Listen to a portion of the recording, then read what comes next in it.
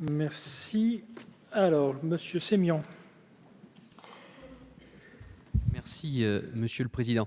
Je voudrais m'associer à l'amendement de mon collègue Michel Delpont, parce que c'est un amendement qui a été travaillé d'abord avec la FIPAC, l'association qui soutient la filière hydrogène, et préciser ici en ces murs que l'hydrogène est une technologie aujourd'hui qui n'est plus expérimentale, mais à maturité. Nous avons, dans la capitale parisienne, à l'heure où nous vous parlons, 100 véhicules hydrogène, 100 voitures hydrogène qui circulent. Il ne s'agit pas pour moi de faire de la pub pour tel ou tel constructeur, même si certains ont le monopole sur cette technologie.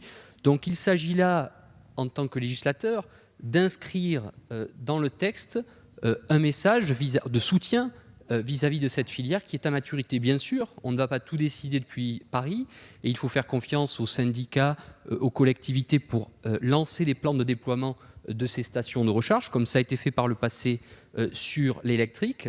Mais il ne s'agit pas de mettre toutes nos billes dans le même panier. Il y aura le mix énergétique, il y a l'électrique, il y aura l'hydrogène, il y aura le bio-GNV, etc., etc. Donc c'est un amendement très important pour le futur, pour les générations futures.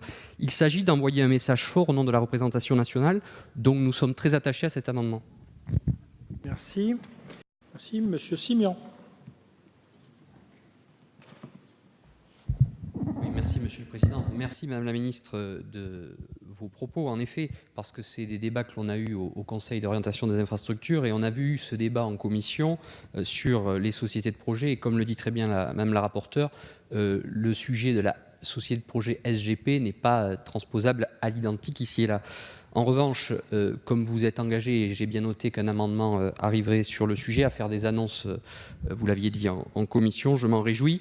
Et l'occasion de rappeler que ces projets-là, non pas de LGV, mais de lignes nouvelles, permettront de dégager plus de capacité pour faire plus de fret, plus de TER, sur aujourd'hui un réseau qui est parfois en saturation.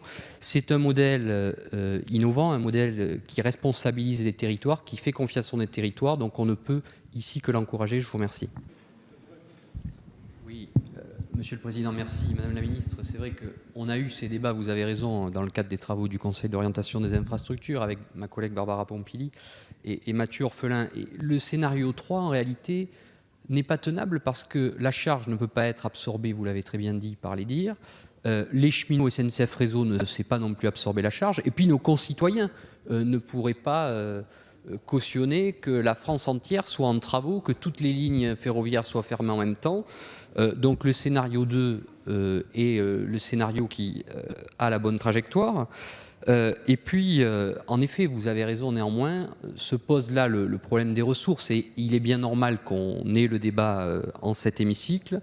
On l'a dit, il y aura sans doute d'autres débats dans le projet de loi de finances, mais il est clair que pour respecter cette trajectoire qui est ambitieuse, ce scénario 2, et je rends hommage aux travaux de Philippe Duron, il faudra trouver des ressources. Et cela, clairement, nous devrons nous mettre à la tâche le plus rapidement possible.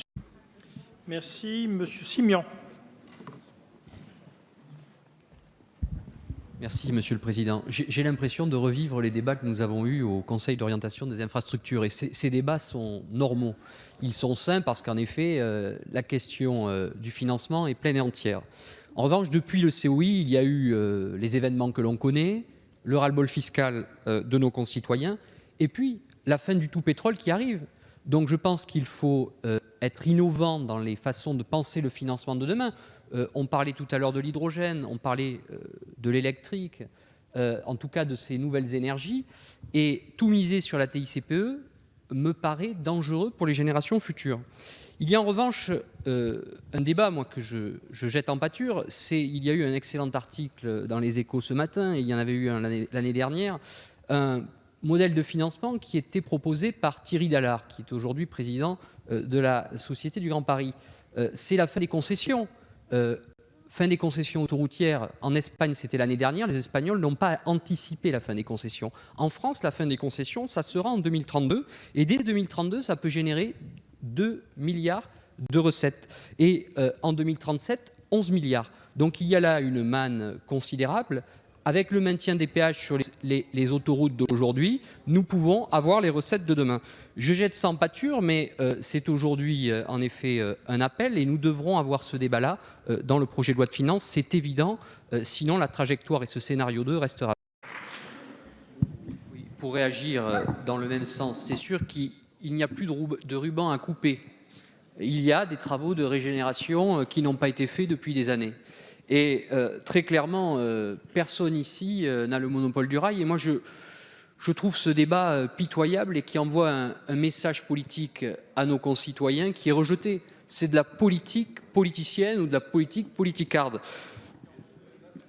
Je n'évoquerai pas le fait qu'Olivier Faure était rapporteur du budget transport. Il ne faut pas rentrer dans ces débats stériles. Si nous sommes là aujourd'hui pour débattre, c'est pour débattre sereinement sur l'avenir du ferroviaire et rappeler quand même depuis le début de ce quinquennat, nous n'avons pas à rougir de ce qui a été fait pour trouver des solutions. La reprise de la dette, c'est nous.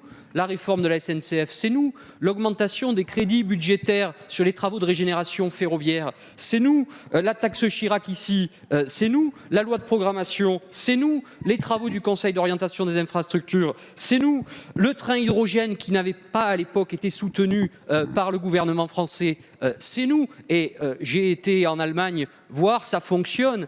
Donc très clairement, je trouve que le procès qui est fait aujourd'hui est injuste et j'invite tout le monde à se remettre sur les rails pour cette loi d'orientation des mobilités. Merci, monsieur. Je ne rentrerai pas dans les débats girondins sur la ligne de Blaye, mais juste pour dire qu'il faut faire preuve dans ce dossier d'adaptabilité et laisser aux communes, aux maires, moi quand j'étais maire, en effet, sur certaines parcelles qui appartenaient au réseau ferré national, j'aurais été ravi que ça fasse partie du domaine privé. Parce que déclasser du domaine public, c'est extrêmement difficile, enquête publique, etc. Et ça freine certains projets qui sont en lien avec les mobilités. J'ai en tête, sur la commune où j'étais maire, un aménagement de parking qui permettait aux usagers de la gare de Ludo-Médoc, Cocorico, allons-y, de pouvoir faciliter l'accès à la gare.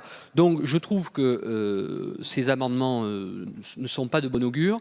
Il faut adapter en permanence nos réseaux, nos politiques, et ça ne n'obste pas du fait qu'en effet, sur la ligne que vous parlez de Blaye, il n'y a pas de sujet là-dessus, et je fais confiance aux cheminots, et j'en profite pour les saluer, on n'a pas affaire à des uluberlus, et il ne faut pas avoir des raisonnements alambiqués. Oui, c'est un amendement que nous avons travaillé avec mon collègue Michel Delpont, dans le même esprit que l'amendement que la majorité a voté tout à l'heure, sur le déploiement des stations à hydrogène. Je le disais, à Paris, il y a 100 véhicules hydrogène qui circulent. Nous avons la chance à Paris d'avoir 2 stations de recharge, une à Orly et une au pied de la Tour Eiffel. Il s'agit d'encourager, dans le cadre des annonces du plan de Nicolas Hulot sur l'hydrogène, qui avait été faite en juin 2018, le déploiement de stations donc de l'ordre de 400 à 1000 d'ici 2028. C'est une trajectoire raisonnable qui est calquée sur l'Allemagne.